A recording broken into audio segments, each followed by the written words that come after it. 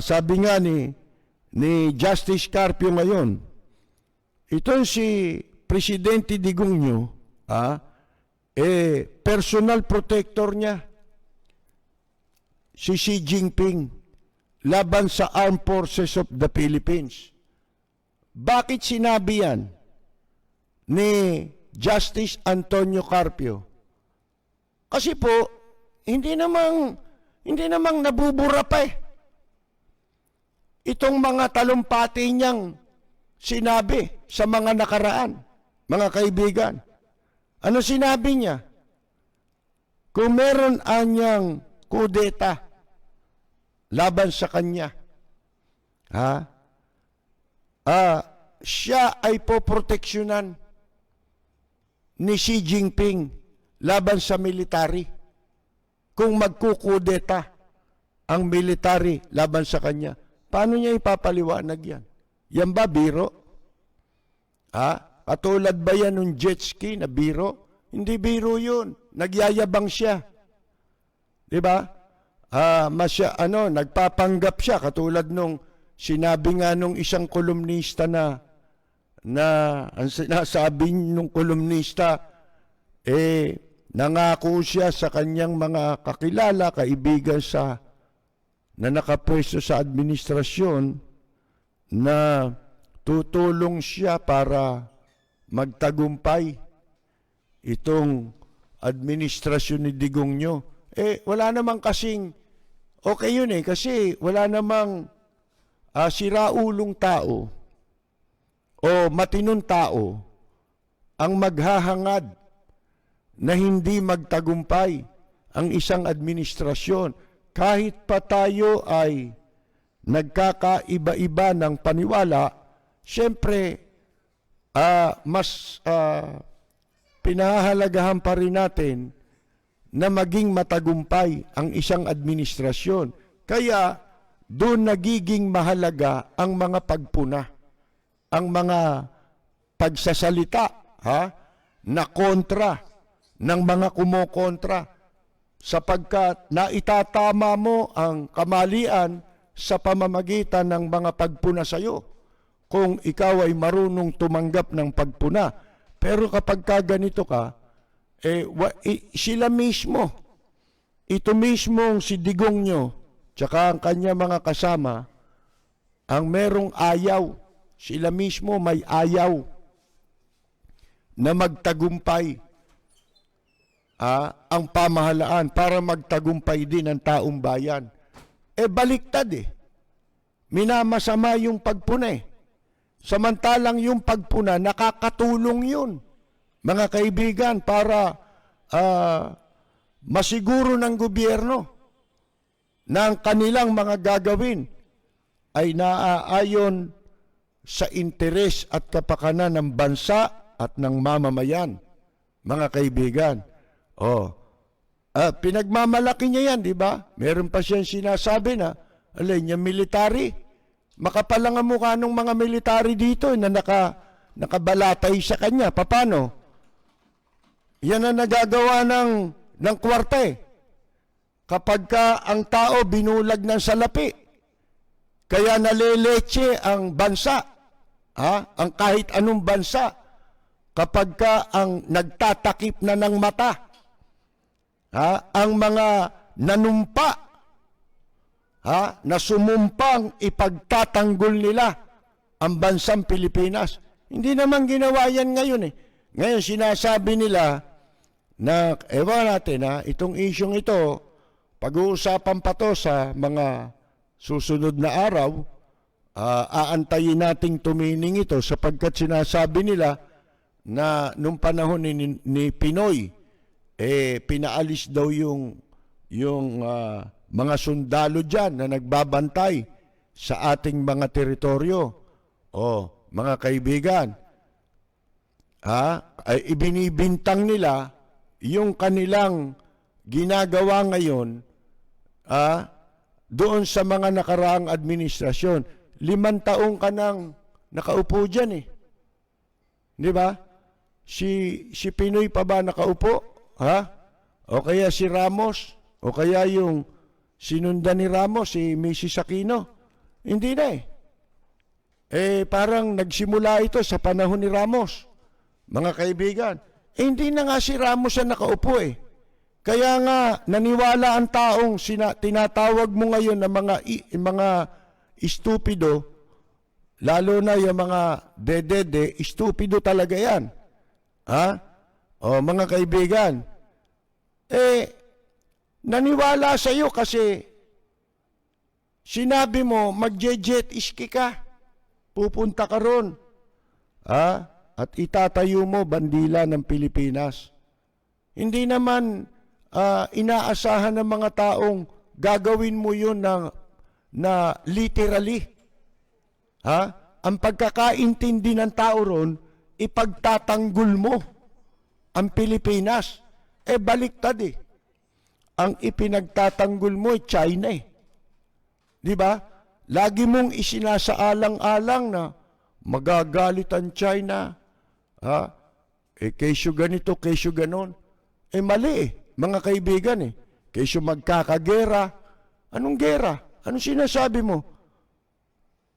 Ginagawa nilang kasing kahulugan ng gera yung pag-a-assert o paggiit ng ating karapatan sa ating mga teritoryo. Bagay na hindi naman. Katulad ng pag-a-assert ng kanilang karapatan sa mga teritoryong inuokupahan ng China, katulad ng ginawa ng Vietnam, tulad ng ginagawa ng Indonesia, mga kaibigan.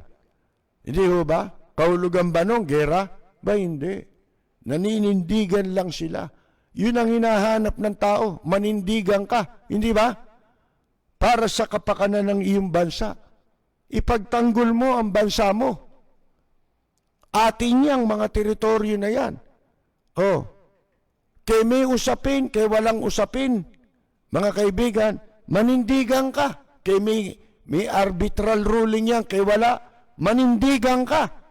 Sasabihin mo, piece of paper ang desisyon na sa The Hague na pumapabor sa atin. Pag ganyan ang katwiran mo, wala kang batas na kinikilala. Hindi ba? Lahat yan, piece of paper. Pati konstitusyon nga kung di ako nagkakamali. Sinabi rin niya yan, piece of paper din yan. Bakit? Yung toilet paper, di ba piece of paper din yon? Wala kang pamunas ng puwet kung walang toilet paper. Di ba? Mga kaibigan, hindi pwedeng gano'n sapagkat nakasulat yan sa papel. Pero, yan ang batas. Mga kaibigan, ayaw lang nilang kilalanin. Lalo-lalo na yung pabor sa Pilipinas. Bakit ginagawa yan? Nakakompormiso May kapalit yan. Gagawin ba nila yan? Mga kaibigan, yung ikompormiso ang kasarinlan ng ating bansa kung walang kapalit. May kapalit yan. Di ba? Pinagbobobolan niya nga yung kita mo ito dumating lang yung bakunang pinadala ng inchik dito na iilan Sinalubong pa ng 2 beses sa airport, di ba? Akala mo, kulang na lang may red carpet tsaka may banda May 21 gun salute mga kaibigan. Samantalang itong Australia, ito hindi nila binamamalita. Ito palang Australia, kamakailan, nagpadala ng donasyong bakuna dito sa Pilipinas. Alam ba ninyo kung ilan? Mahigit 2 milyong bakuna ng AstraZeneca ang ipinadala ng Australia.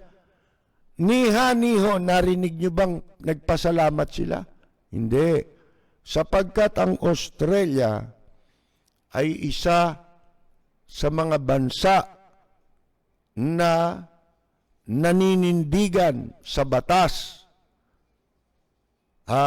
para kilalanin yung arbitral ruling sa dihig na pumapabor sa interes ng Pilipinas. Sipin ninyo yan. Yan ang dahilan, mga kaibigan. O, kaya, baliwala. Hindi man lamang daw na i-feature ito sa mga website ng gobyerno, sa mga propaganda arm ng gobyerno, para bigyang pagkilala yung pong ginawang tulong ng bansang Australia na nagpadala ng, kung di ako nagkakamali, 2,030,000 vaccines ang ipinadala rito, mga kaibigan. Walang fanfare. Wala tayong narinig na pagkilala mula sa gobyerno. Pero sa incheck, 100,000, 400,000. At saka, wala pa 1,000,000 pag pinagsama mo Yung Sinovac na walang gustong magpabakuna. Mga kaibigan, di ba? Sinalubong sa airport ngayon, yun nga paano niyang ididepensa? At paano mo sasabihin hindi ka natakot? Naduwag ka kasi nang bluff ka Di ba? Akala niya hindi kakasa si Justice Carpio sa kanyang hamon. Paano nga atras yun? Alam nun ng batas. Di ba? Katunayan, may partisipasyon si Carpio. Kaya tayo nakakuha ng pabor o ng paborableng desisyon sa dahig dahil sa kontribusyon nitong si Justice Antonio Carpio sa idinulog na kaso, mga kaibigan, na pumabor sa atin. Paano mo sasagutin yan kung merong mutiny o kaya coup d'etat laban sa'yo? Poproteksyonan ka ni Xi Jinping. Ito namang Armed Forces of the Philippines, hindi ba ito'y tahasang pag-insulto? Lahat ininsulto na nito Ultimong yung mga taong napaniwala niya na ipagtatanggol niya ang Pilipinas. Yun nga yung magje-jet ski raw siya. Alam nating yun hindi totoo. Pero hindi ginagawang biro yun. Kung pabiro man ang pagkakasabi mo na magje-jet ski ka, hindi yun ang essence. Ang essence, ang pagkakaintindi ron, ipagtatanggol mo ang Pilipinas. Ni minsan, wala tayong narinig na kanilang iginiit, lalo na itong si Digong nyo. Ni minsan ay hindi niya iginiit ang soberenya ng Pilipinas. Ang sinasabi, may magagawa ba tayo?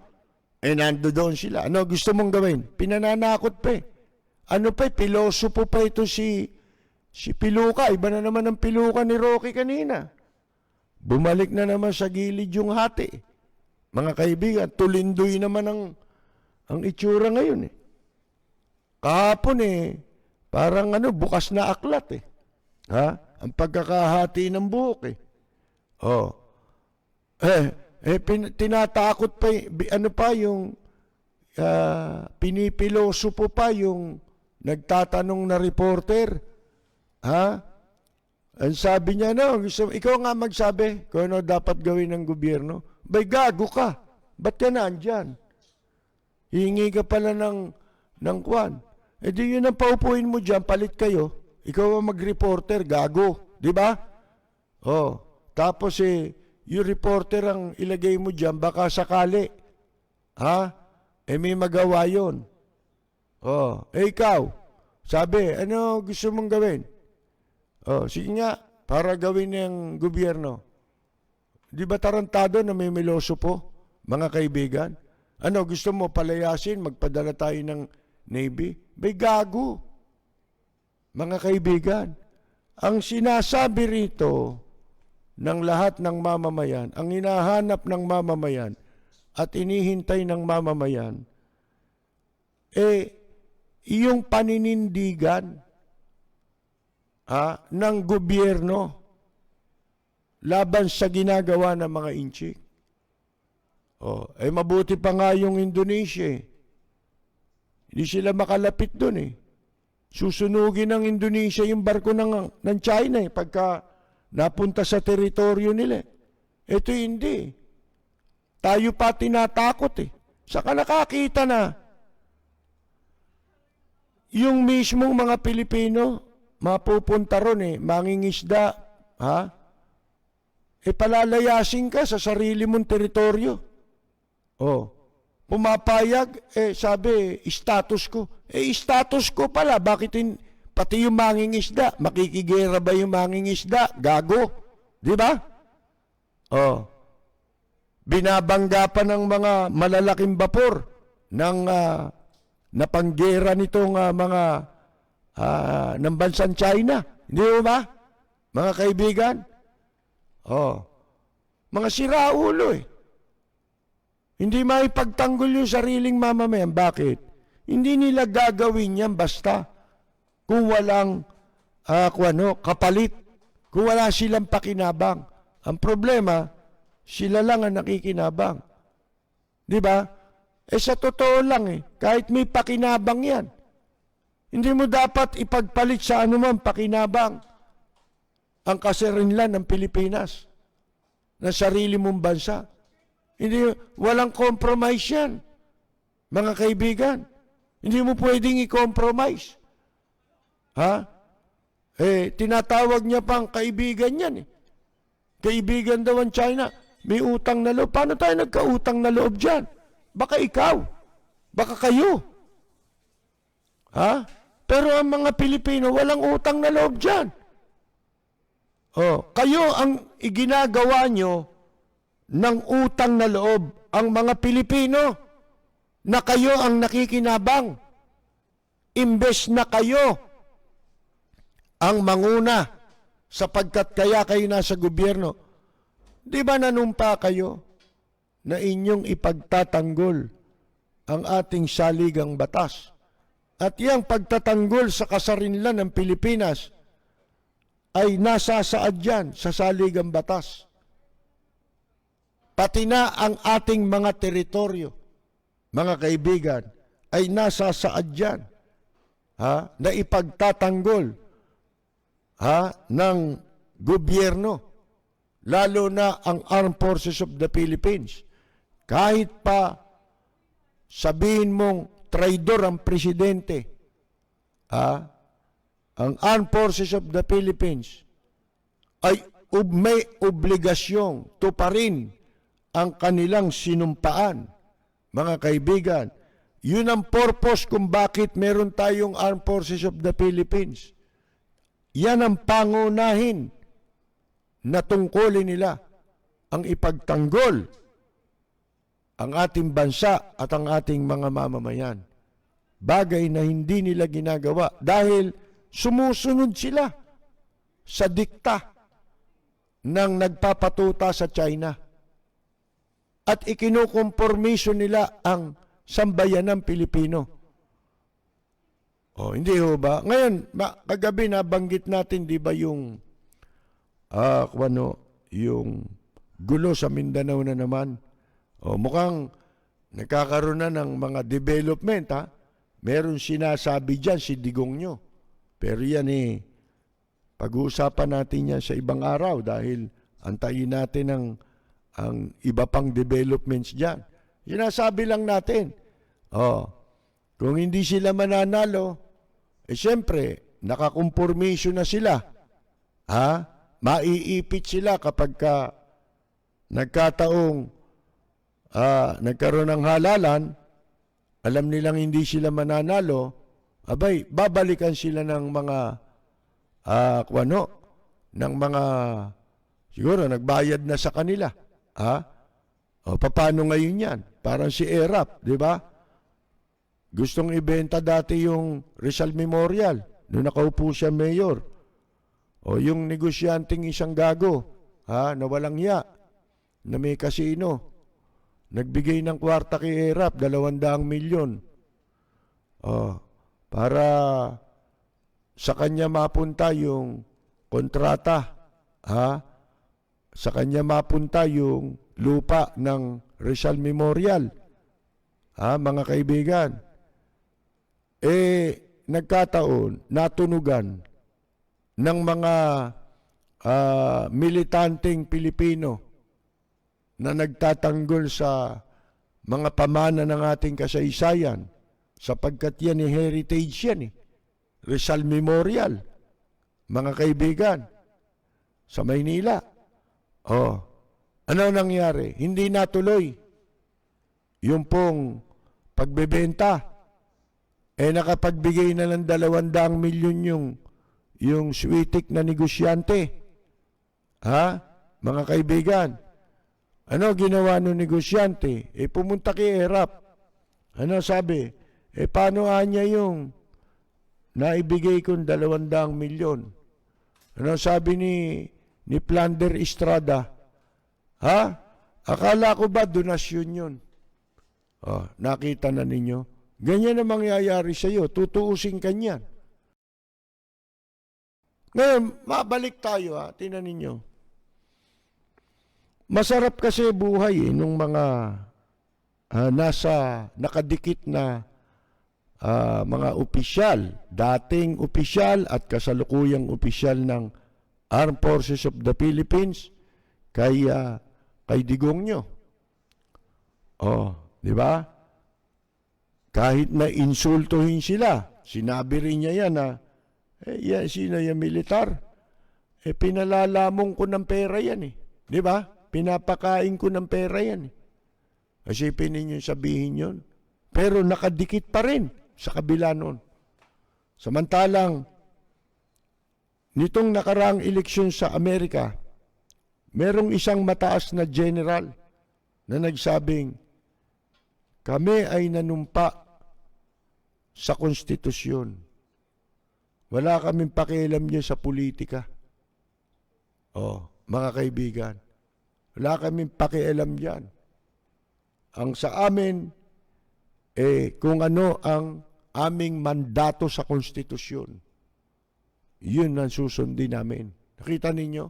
Dapat ganun ang Armed Forces of the Philippines. Pero hindi.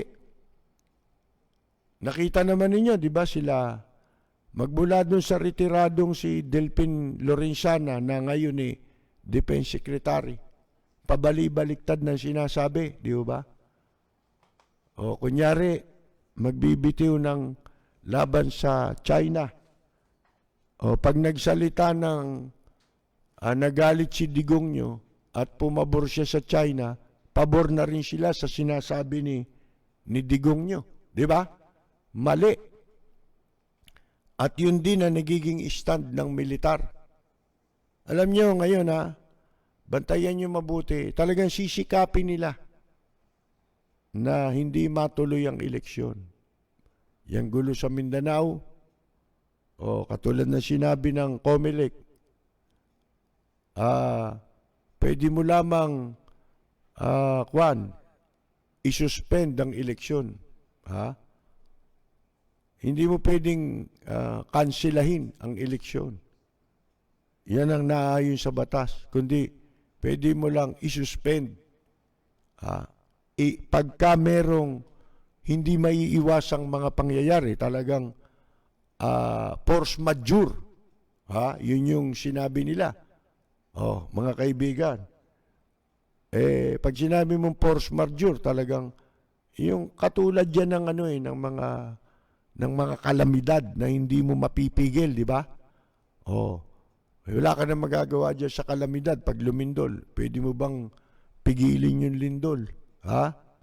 Yung bagyo o anumang kalamidad, force majeure, yun ang katumbas. Kaya lumilikha sila ng iba't ibang senaryo para malito ang taong bayan. Pero isa lang ang objective. Isa lang ang layunin. Ang layunin ay maihanda ang kanilang sarili na manatili sa pwesto. Lahat yan ay ginagawang paghahanda para hindi sila mawala sa pwesto. Pwedeng ituloy ang eleksyon, pero kapag nakita nilang talo na sila, gagawa ng iba't ibang senaryo yan para maantala ang mga bilangan sa iba't ibang lugar. Sasabihin may gulo ron, walang resulta ang eleksyon. Pwedeng magkaroon ng resulta dito lang sa Metro Manila. Pero pagdating sa mga malalayong lalawigan na, wala nang resulta ng eleksyon sapagkat gumawa na sila ng gulo. Maraming pwedeng gawin. Di ba? Lilito tayo, may federalismo. Ano yan eh? Puro yan mga distraction para ang taong bayan malito at hindi mabasa ng taong bayan kung saan talaga ang direksyon na tutumbukin itong administrasyong ito, mga kaibigan. Walang preno kung bumatikos, malalim at makatwirang komentaryo. Mag-ingat ang mga politikong gumagawa ng kalokohan at baka kayo ay tamaan ng Rapid Fire!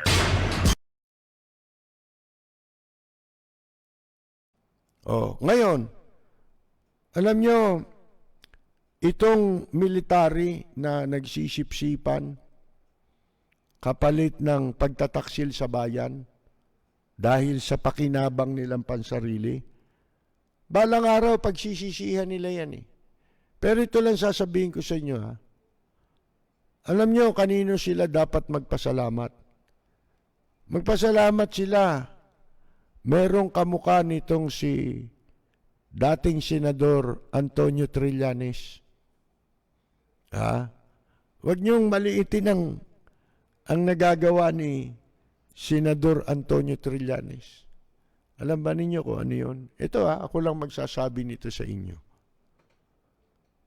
Dapat magpasalamat ang militar sa kanya. Yung mga sipsip yung mga nakikinabang.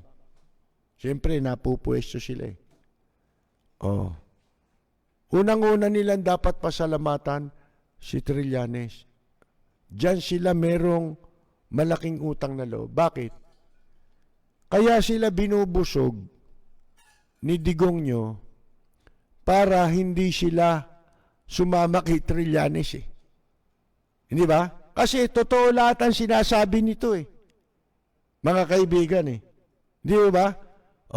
Sino-sino, kumbaga isa lang ang balahibo niyan eh. Nagkakaintindihan niya. Alam nila na totoo ang sinasabi ni Senador Antonio Trillanes. Kaya dapat ang ipagpapasalamat nila kay Senador Trillanes. Kung wala si Senador Trillanes, hindi sila kailangan ni Digongyo. Mga kaibigan, hindi sila magkakapwesto. Kaya sila binubusog. Kaya sila binibigyan ng pwesto, ng pakinabang. Mga kaibigan, sa takot nito na baka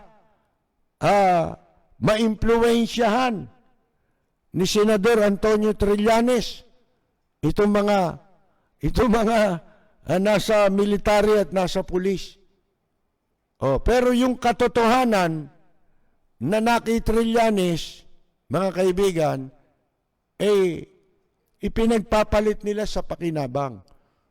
Bagay na darating ang panahon, pagsisisihan nila yan dahil pati pamilya nila ay magdudusa dyan sa kanilang kataksilan ngayon na ginagawa laban sa bansa at mamamayan. Pero alam niyo ba kung ano dahilan ba't umatras si Presidente Digongyo sa debate? Ito. Ako, bakla ako noon. Mabuhay ang bakla ng Pilipinas!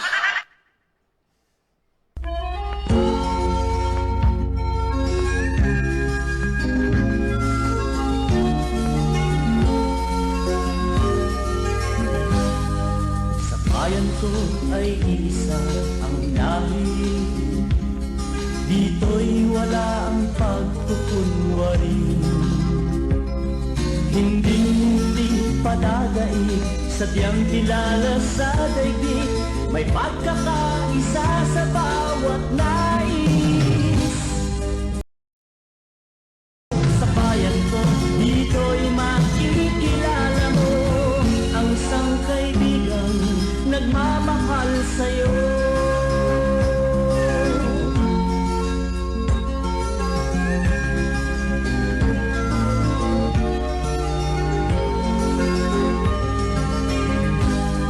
Ang bayan ko'y punong-puno ng yaman. Bakit ito'y kailangan pang iwanan? Hindi nga ba't anong sarap mabuhay ng buong ganap? Sa bayan mo, sumapit ng iyong wakas.